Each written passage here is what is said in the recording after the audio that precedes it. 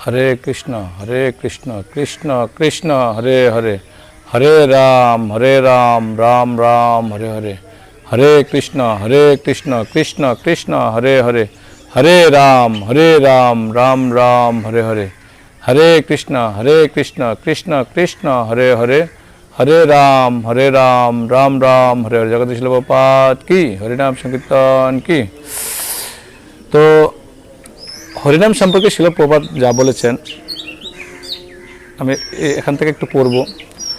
বলছেন হরে কৃষ্ণ কৃষ্ণ কৃষ্ণ হরে হরে হরে রাম রাম রাম হরে হরে।